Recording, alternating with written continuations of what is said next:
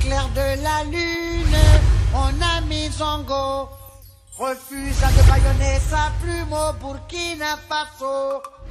Et Zongo est mort, brûlé par le... Namasté à tout le monde, namasté à ceux qui nous suivent partout à travers le monde. Merci à Hervé Papi Agamba de nous avoir transmis l'antenne pour cette tranche qui nous permet de recevoir aujourd'hui le député national Augustin Kanza Mulumba qui est élu du territoire d'Ngandajika dans les Hauts-Lomami. Il est député ici à l'Assemblée nationale.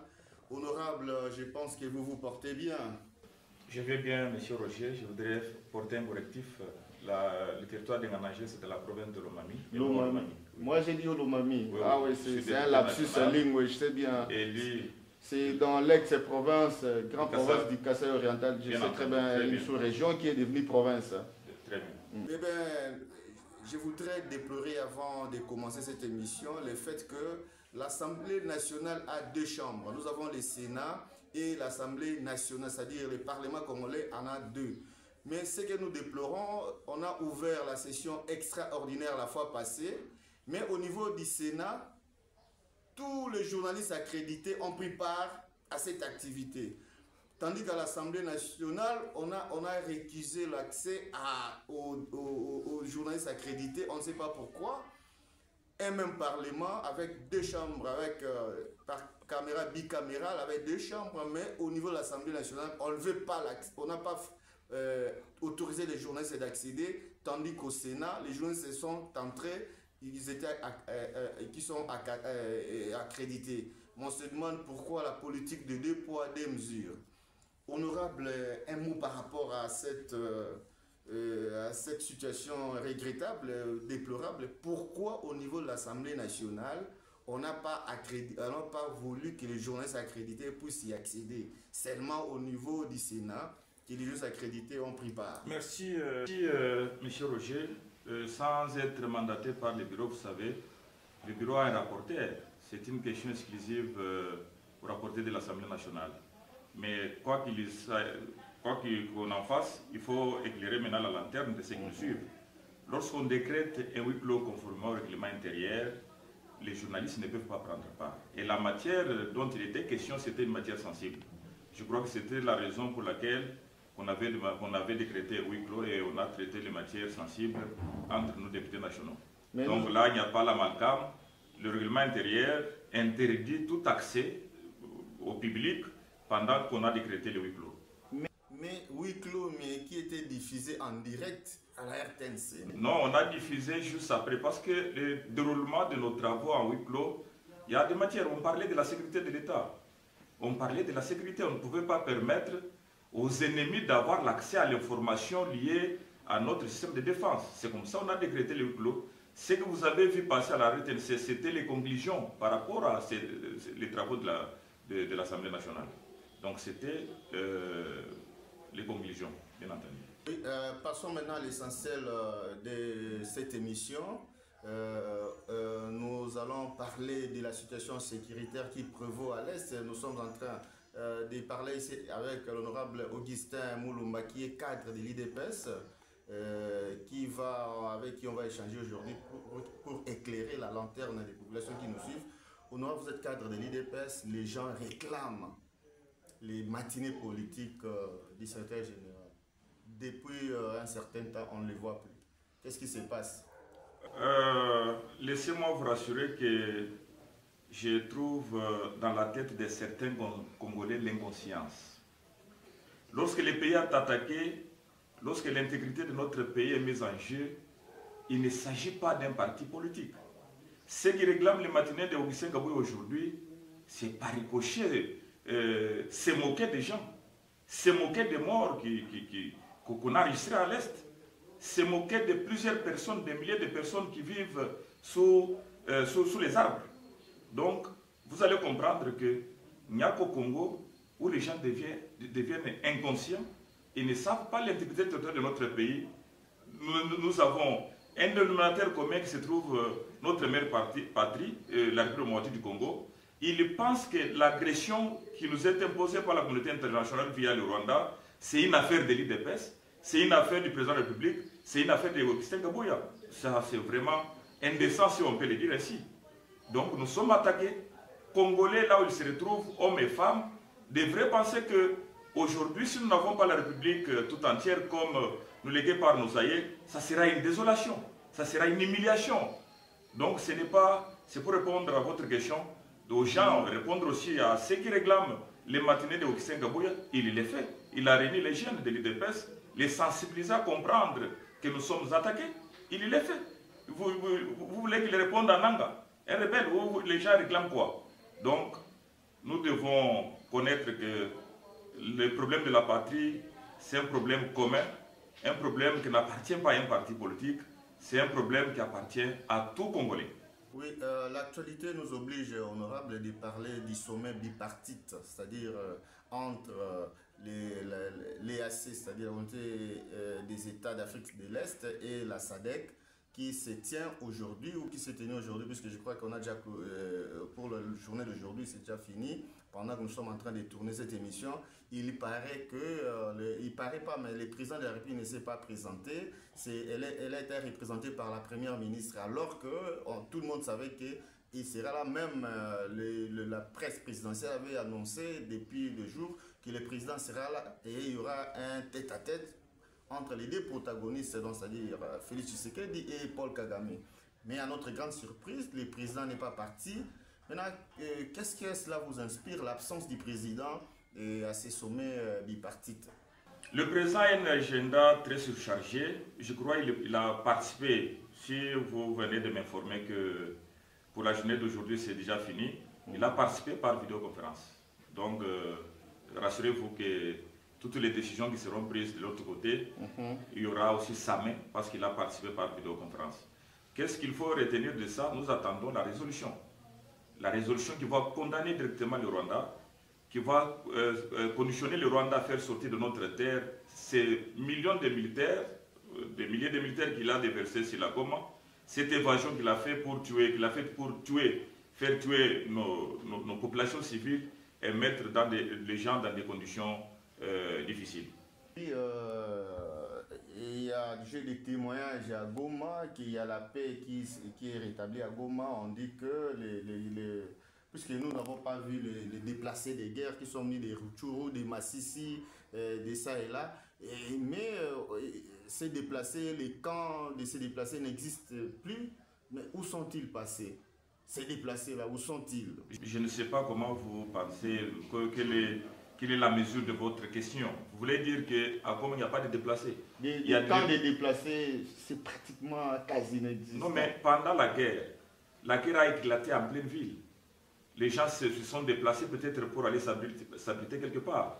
Vous n'avez pas mesuré l'ampleur de ce qui s'est passé à Goma.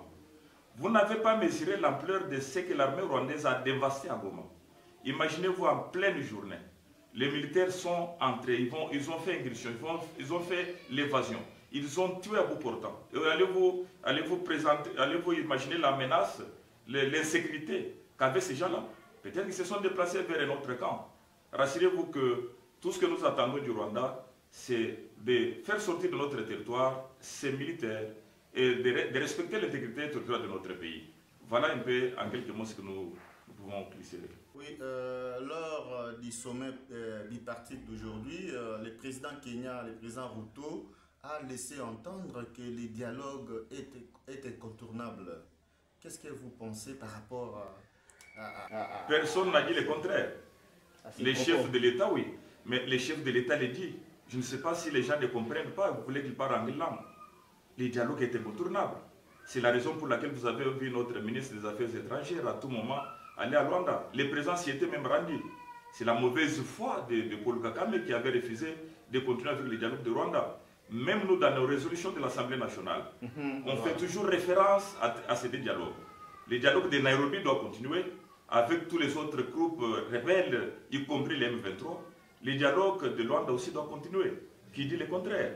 Mais quand le président de l'Assemblée nationale parle du dialogue avec les M23 et l'AFC sous-entendu, il y a des gens qui l'insultent, surtout les cadres de l'IDPS. Vous, en tant que cadre de l'IDPS, comment voyez-vous cette attitude? Non, mais écoutez, il ne faut pas faire dire aux gens ce qu'ils n'ont pas dit et faire dire au président ce qu'il n'a pas dit. le président fait référence toujours au dialogue. Je crois peut-être que les gens n'ont pas la tenue de comprendre ce qu'il avait dit. Quand on parle du dialogue, les gens n'ont pas compris de quoi il s'agissait. Nous avons des dialogues suspendus. Nous avons des cadres de concertation pour les dialogues suspendus. De Nairobi, où tous les groupes rebelles y étaient invités. Il y a le dialogue de Luanda qui est resté là. Donc tout s'appelle dialogue. Vous n'allez pas vous imaginer, Nanga, il est congolais. S'il va se présenter, que personne ne va le chasser. Mais ce que nous décrions aujourd'hui, c'est utiliser le Rwanda pour massacrer la population. Permettre au Rwanda d'entrer sur notre sol pour piller les minéraux. Ça, en tout cas, nous n'allons pas accepter. Et je crois que la diplomatie est en train de payer petit à petit. Vous avez suivi le Conseil des droits de l'homme. Sur autant de pays qui y ont pris part, tout le monde a dit non à ce que le Rwanda a fait chez nous. Les exécutions sommaires, les viols sur les femmes. En tout cas, ça n'est trop. Tout le monde a dit non. Nous attendons de cette communauté internationale qui ne reste pas tout simplement au mot créé, si on peut le dire ainsi, qu'il passe directement aux sanctions pour dire au Rwanda qu'il a violé l'intégrité territoriale de notre pays, qu'il a violé l'intégrité territoriale de la République démocratique du Congo, qu'il a fait violer les femmes en RDC, qu'il a fait tuer les petits-enfants. Et au jour d'aujourd'hui, mon frère, est-ce que vous pouvez connaître qu'il y a des enfants qui meurent de faim parce qu'ils se sont déplacés de leur toit paternel, et il y a des enfants qui sont restés orphelins, il y a des femmes qui sont restées veuves, et il y a des hommes qui sont restés veufs parce que Kakam a des vérités expansionnistes de notre territoire. Il se trompe d'époque. Depuis 1885, Congolais, même petit soit-il, connaît déjà les limites de notre territoire. Les Congo mesurent 2 345 km², 410, et aucun centimètre ne lui sera attribué. Donc, prenez votre mal en patience. Ce que nous devrions faire, nous, comme Congolais, c'est réorganiser, comme je l'ai toujours dit, réorganiser notre système de défense et de sécurité pour que notre armée puisse être à la hauteur de sa tâche. Rassurez-vous, les Congo, c'est un géant qui s'endort. Nous allons nous mettre debout. Oui, mais jusqu'à quand, à chaque fois, l'éléphant qui se réveille, mais on les conjugue toujours à un présent continu. Et donc, il faut du temps. Il faut aller vite, puisque l'ennemi est déjà là. Écoutez, je crois que l'impatience que nous avons, c'est parce que nous sommes un grand pays et que nous sommes menacés à tout moment. Nous devrions nous rassurer de notre sécurité. Il y a 3 facteurs, je l'ai toujours dit, pour qu'un pays qui se veut démocratique, qui veut protéger l'intégrité de son territoire, qui veut assurer son indépendance et protéger sa population, doit mettre en pratique. Nous devons en première position réorganiser notre système de défense et de sécurité. Ce système a été bousillé par l'ancien régime. Le système a été bousillé par l'ancien régime. Vous avez vu, depuis que nous avons notre armée, c'était une armée de mixage, une armée de brassage, avec les ex-M23, les ex-RCD Goma, les ex-CNDP. Voilà pourquoi ça nous amène à des échecs. Ça nous amène à des échecs. À tout moment, parce que vous avez vu vous-même par les réseaux sociaux, nous ne sommes pas à l'Est, mais vous avez vu un haut gradé de l'armée en train d'avaler la Chine parce qu'il a accepté de trahir sa République. Il a accepté de comploter avec l'ennemi. Voilà un peu les difficultés que nous avons en termes d'organisation de notre armée. Le deuxième problème ou le deuxième facteur, nous devrions en amont réorganiser notre système de renseignement. Nous devons avoir un service de renseignement assidu, rationnel, capable de défendre, capable de fournir les informations pour notre système de défense. Le service de renseignement doit être aussi équipé, ça demande les moyens. Mais c'est ça, qui a refusé? On n'a pas refusé. Nous voulons, car vous savez, la meilleure chance que nous avons, nous sommes un pays qui a ses 9 frontières. Et parfois, certains voisins avec les vérités expansionnistes, certains voisins avec les soucis de venir piller par des voies obscures, piller nos minéraux. Nous devrions nous préparer à la guerre. Un pays qui se veut, à tout moment. Je voudrais paraphraser un auteur, Crotius dit ceci. Les droits reconnaissent un état de paix et un état de guerre. Mais en aucune façon, les droits ne reconnaissent pas un état intermédiaire. Ça n'existe pas. Nous sommes un état en guerre. nous devons nous préparer quant à ça. Le Rwanda nous fait à genoux aujourd'hui, mais je ne le souhaite pas, comme je l'ai toujours dit. C'est notre pays voisin, tend aussi ses velléités vers nous. Quel sera notre système de défense? Comme les Soudan du Sud, par exemple. Nous devons nous organiser, mettre beaucoup de moyens à former, avoir une armée nationale et extirper de notre armée les infiltrés. Et les gens savent, dans la Rome antique, vous trahissez votre pays, vous complotez contre votre propre pays, les sorts qui vous attendent, c'est la pendaison, c'est la fusillade. On ne peut pas vous garder longtemps.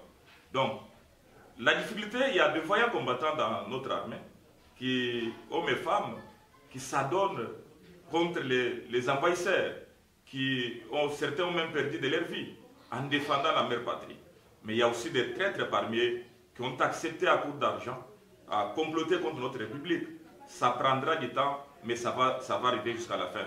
Il faut les extirper. C'est ça même. D'abord, ça urge. Ça devait être une urgence pour nous de former une armée nationale. Parce que nous sommes un pays à dimension continentale, à taux démographique très élevé. Nous devrions, pour la sécurité de notre territoire, nos territoires respectifs, pour la sécurité de nos minéraux, pour la sécurité de la population, avoir une armée nationale. Ça, c'est la priorité des priorités. Oui, honorable, il y a eu plus de 3000 morts à Goma lors de l'incursion du M23. Qui sont morts d'après vos informations? De la population civile, la plupart. Vous pensez que dans une ville jonchée de gens, dans une ville de plus d'un million, de gens, les balles à bout portant, ça va atteindre qui? C'est la population civile, la plus grande partie. Oui, les militaires peuvent tomber sur le champ de bataille, mais c'est la plus grande partie, c'est la population civile. Le progrès général de la Cour pénale internationale ne veut pas faire la léthargie quand on sait. Nanga doit répondre, Kakam doit répondre devant la Cour pénale internationale. C'est un crime de guerre. Oui, mais il a un crime contre l'humanité. Il y a les témoin. Mais appel à témoin, ce n'est pas suffisant. Il y a des preuves tangibles. Oui, il a besoin de ces preuves-là pour plus de 3000 morts. Mais ce sont les observateurs internationaux qui l'attestent. Ce sont les observateurs. C'est la mission de l'ONU. Donc il attend quoi pour directement déconnecter ces gens qui sont en train de tuer, qui sont en train de boire du sang pour avoir des minéraux. Nous décrions aussi l'Union européenne qui a signé le contrat avec le Rwanda. Le Rwanda qui ne dispose d'aucun minerai, mais que l'Union européenne s'est permise de signer un contrat. C'est un recelaire. En droit, ça s'appelle le recel d'objets volés. Donc, nous, comme Congolais, nous devons nous réveiller. Maintenant, ce qu'on ne comprend pas, c'est que les populations congolaises ne comprennent pas. Et pourquoi ne pas signer seulement, en parlant de l'Union européenne, pourquoi ne pas seulement elle a signé les contrats avec la RDC? Pourquoi autruchement de... Non, mais écoutez, qu'est-ce qui se passe au juste? Dans le droit pénal des affaires, l'argent sale, c'est l'argent qu'on trouve en quantité industrielle. Ils peuvent investir 1 milliard dans les arbres, passer par la petite porte et gagner 10 milliards. C'est ça. L'argent sale, ils refusent de passer par la grande porte parce qu'ils savent qu'avec les codes miniers, ils doivent payer des prix, ils doivent payer ça. Le Congo va se réveiller, le Congo va se développer. Ils veulent nous imposer la guerre pour prendre nos minéraux. Mais qu'ils sachent très bien, peu à peu, nous sommes en train de nous réveiller. Peu à peu, le Congo se mettra debout. Nous sommes conscients de ce qui nous arrive. Nous sommes conscients de la désorganisation nous laissée par Kabila de notre armée. Et nous allons petit à petit nous organiser pour que notre armée soit capable de répondre à toute éventualité. Notre armée soit capable de défendre notre intégrité territoriale. Félicitons en passant tous les voyants militaires qui ont laissé leurs femmes, qui passent nuit dehors pour défendre notre patrie. Hommes et femmes qui sont à la guerre de l'Est, au risque de leur vie. Là, c'est en tout cas la patrie, le pays leur sera reconnaissant parce qu'ils se sont engagés dans cette lutte, dans cette guerre nous imposée par le Rwanda, dans cette guerre nous imposée par l'Union européenne, dans cette guerre nous imposée par les multinationales. Hier, à Genève, il y a eu un sommet, une conférence sur la RDC, sur le viol des droits humains, sur les morts multiples des citoyens congolais. Et quels étaient les bénéfices que la RDC a tirés lors de ces assises? Oui, mais vous avez suivi la conclusion. Tous les pays, autant de pays qu'on avait à Genève, au sommet des droits de l'homme, tout le monde a condamné le Rwanda. Tout le monde a demandé au Rwanda de stopper avec la guerre. Tout le monde a demandé le Rwanda de faire sortir ses militaires dans les territoires congolais. Donc il y a violation des droits humains, il y a violation des droits internationaux humanitaires. Le Rwanda a violé les droits humains, il ne devait qu'attendre les sanctions. Ce que nous demandons, qu'il ne s'arrête pas, qu'on ait une résolution de l'ONU, qu'on ait une résolution sanctionnant le Rwanda. L'embargo par exemple sur les armes. Le Rwanda est le seul pays qui déstabilise la région des Grands Lacs. Donc, en tout cas, ce qui s'est passé à Genève, c'est un fruit de la diplomatie qui a porté. Un fruit de la diplomatie, petit à petit, nous avançons vers l'objectif final. Maintenant, vous avez décrit comment faire d'une armée responsable, d'une armée solide pour faire face à l'ennemi. Est-ce qu'aujourd'hui, vous faites des démarches, vous entraînez des démarches, vous êtes aussi leader? Est-ce que vous avez déjà appelé, vous avez fait appel aux jeunes d'Ingandajika, qui est votre base arrière, de s'enrôler massivement au sein de FRDC pour combattre l'ennemi? Oui, certainement. Certainement, ils sont là plus nombreux. Ils sont prêts aussi à s'engager pour la République, ils sont prêts à s'enrôler. Nous devrions avoir un service militaire obligatoire. Tant que notre pays est grand à cette dimension, tant que notre pays a des minéraux, tant que notre pays a des minéraux recherchés par la communauté internationale, nous devrions au contraire imposer un service militaire obligatoire. Que ce soit un cours de civisme à l'école, que ce soit un cours de civisme partout, pour que nous ayons une armée nationale, une armée républicaine, une armée capable de défendre notre pays. Les gens de Ganajika vont s'enrôler, et des gens de Domami, les gens de l'espace Krangassa, ils sont prêts, ils s'enrôlent à tout moment. Lorsque cet appel est lancé par le président de la République, il y a eu l'engouement autour de cet appel. Les gens se sont mobilisés pour défendre notre parti. Je pense qu'ils ne vont pas s'arrêter là-bas, ils doivent continuer à s'enrôler, mais à l'État aussi de mettre les moyens pour que ces jeunes gens qui s'enrôlent puissent œuvrer dans de bonnes conditions. Il y a aussi dans son mot à la nation, dans son adresse à la nation, le président de la République a parlé de la réduction des trains de vie. Comment y parvenir? Puisque c'est chaque fois honorable, on parle de réduction des trains de vie des institutions, mais c'est comme si ça continue. On voit des députés, même des simples députés, avec des 4 jeeps, avec des policiers, avec des Chikanta en train de se promener avec ça. Chikanta en train de se promener avec ça. Tout simplement, ça c'est la mauvaise foi, tout simplement, j'aimerais bien le dire. Un simple député avec 4 jeeps, avec quel moyen? Oui, mais quelqu'un a parlé d'Augustin Kabouya, le secrétaire général de l'IDPS. Mais vous parlez d'un secrétaire du parti au pouvoir. Le secrétaire de Kabouya Augustin que vous parlez. Ce n'est pas moi qui l'ai dit, mais c'est un monsieur qui a dit ça, il a déploré ça. Est-ce que ces jeeps-là, vous les avez vus quand il est député national? Non. C'est un secrétaire d'un parti au pouvoir. Notre parti est organisé. Et Kabouya n'est pas n'importe qui. Augustin Kabouya n'est pas venu en politique main vide. Il avait ses moyens. Parmi ces jeeps-là, vous voyez ces anciennes jeeps, ce ne sont pas de nouveaux véhicules, quand même. Donc, évitons de dramatiser les choses. Le président a lancé, la parole du chef vaut une loi. Le président a parlé de la réduction des trains de vie. Je crois que ça sera exécuté, sans problème. Tout ce que nous pouvons faire, c'est mobiliser les recettes, mobiliser davantage. Il y a plus d'argent qu'avant l'arrivée du président de la République dans l'armée. 1,6 million de $. Kabila a laissé combien à l'armée? Tout simplement, on doit organiser pour que cet argent aille atteindre la cible. Que ça ne soit pas l'argent qu'on est en train de faire les opérations retour. Ceux qui se battent à l'Est n'ont rien. Et c'est les officiers qui sont restés, les galons rouges, qui restent ici en train de bouffer cet argent. Il y a beaucoup d'argent qu'on a affecté à l'armée, mais peut-être il faut faire un suivi rationnel pour que cet argent atteigne la cible.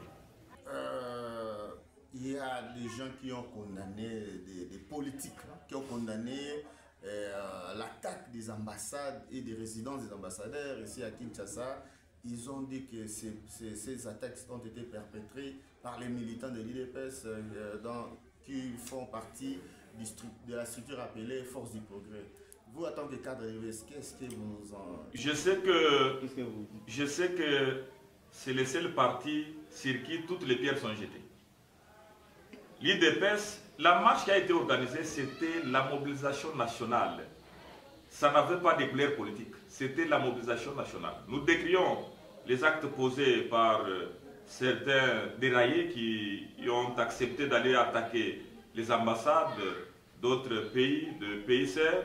Nous décrions ça, mais cela n'a pas de couleur politique. Il ne faut pas dire que c'est l'IDPS. Les Congolais voulaient exprimer son ras-le-bol vis-à-vis de l'agression rwandaise. Les Congolais étaient mécontents par rapport aux morts, au nombre de morts qu'il avait à l'Est. Les Congolais étaient mécontents par rapport aux tueries, aux multiples tueries, aux viols faits aux femmes. Donc il a exprimé son ras-le-bol, mais il ne faut pas imposer ça sous le dos d'un parti politique.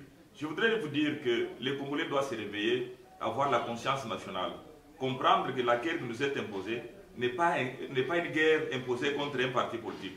Il y a des gens qui parlent même, si vous marchez contre la guerre, Félix Tshisekedi, non, la guerre n'est pas contre Félix Tshisekedi. La guerre c'est contre notre mère patrie. La guerre c'est contre nos propres minéraux. Si vous ne vous réveillez pas en tant que Congolais, savoir que nous devons nous réveiller pour extirper les Rwandais et le faire entrer dans leur territoire, nous serons esclaves éternellement. Oui, nous sommes arrivés à la fin de cette émission honorable. Un dernier mot dans ces cadres. Je voudrais demander aux Congolais consciencieux de soutenir le président de la République. C'est le seul qui est accepté, au risque de sa vie, de défendre et de défendre l'intégrité territoriale de notre pays. Il a fait des voyages. Il est allé ça et là. Il a toqué toutes les portes pour que comprennent aujourd'hui le Rwanda est le seul agresseur de notre pays. Et vous l'avez vu, même le secrétaire de l'ONU l'a dit. Hier, on ne parlait pas du Rwanda. Mais avec le président de la République aujourd'hui, le Rwanda est convaincu qu'il est sur notre terre. Soutenons le président de la République. Soutenons nos forces de défense et de sécurité. Soyons unis autour d'une cause commune. Notre mère patrie, c'est ça notre patrimoine commun. Ne nous divisons pas sur ce qui ne peut pas nous unir. Ici, la guerre n'est pas imposée à un parti politique. Parce qu'il y a des gens, quand les territoires tombent, les gens parlent de l'IDPS, comme vous venez de me poser la question concernant Augustin Gabouya, qui doit organiser des matinées politiques autour de la guerre. Non. La guerre est imposée contre les peuples congolais tout entier. La guerre n'est pas imposée contre un parti politique. Comprendre de cette manière, c'est n'avoir pas l'identité congolaise. Comprendre, parler de cette manière, c'est n'avoir pas l'esprit patriotique. Comprendre que c'est notre patrie qui est menacée, c'est nos amis, c'est nos frères de l'Est qui meurent. Vous allez comprendre que pendant ces moments, ceux qui faisaient les champs, parce que tout le monde de l'Est ne connaît même pas les minéraux, ceux qui faisaient les champs ont arrêté pour s'abriter dans la brousse. Quand il pleut, ils sont là. C'est une souffrance atroce que les soi-disant Nanga acceptaient d'imposer à ses frères congolais. Il va se faire tuer comme Mouzé. Mouzé a amené les Rwandais ici. Le père Etienne Tshisekedi de Mulumba, de reste mémoire, lui avait demandé de demander la facture. Il avait refusé. Et par la suite, vous connaissez. Nanga qui se veut, je ne sais pas, libérateur, il va se faire tuer par les Rwandais. Vous comprendrez que autant de militaires rwandais qui sont morts à l'Est, Nanga va récompenser quoi à Kagame. Donc, c'est un monsieur qu'on est en train de duper par l'esprit peut-être d'être, je ne sais pas, d'avoir l'argent, de chercher ces carrés miniers qu'on avait confisqués, mais il va accepter de faire tuer ses frères congolais. Congolais, réveillez-vous. Mais ces biens ont été mis en vente ici. Oui, mais c'est ça. Quand on a accepté de trahir son pays, quand on a accepté de trahir sa République, tous ces biens-là, il est où? C'est parce qu'il était président de la CENI. La République lui avait tout donné, mais il a trahi. La justice ne pouvait que faire ça. Donc, moi, je réveille la conscience de tout le monde d'être derrière le président de la République. C'est lui qui a accepté. Vous savez combien d'accords ont été signés avec le Rwanda, avec l'ancien président Joseph Kabila? Les M23 ont été défaits par l'accord. Que personne ne vous trompe, ils ont été défaits par les armes. Ils ont été défaits par les accords. Mais le président, cette fois-ci, a dit, par les mixages, pas de brassage. Les Congolais qui sont dans les rangs de M23, ils peuvent être cantonnés quelque part, peuvent être resocialisés, commencer la vie normale. Donc soyons unis, si je peux me répéter plus d'une fois, derrière le président de la République, derrière nos forces de défense et de sécurité. Voilà, nous sommes arrivés à la fin de cette émission. Vous venez de suivre les messages qu'a lancé le député national, l'honorable Augustin Mulumba Kanza, élu du territoire de Ngandajika dans la province de Lomami. Nous sommes arrivés pratiquement à la fin. Merci à vous qui étiez nombreux à nous suivre à partir de la République, à partir de l'extérieur. Nous saluons Aimé Élégance qui nous suit à partir de Rotterdam en Hollande, Pays-Bas. Goodbye.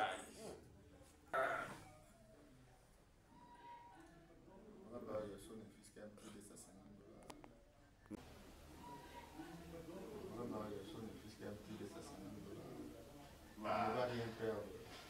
Il a même sans députation à Zali. Il est présent. Au clair de la lune, on a mis Zongo. Refuse de baïonner sa plume au Burkina Faso. Et Zongo est mort, brûlé par le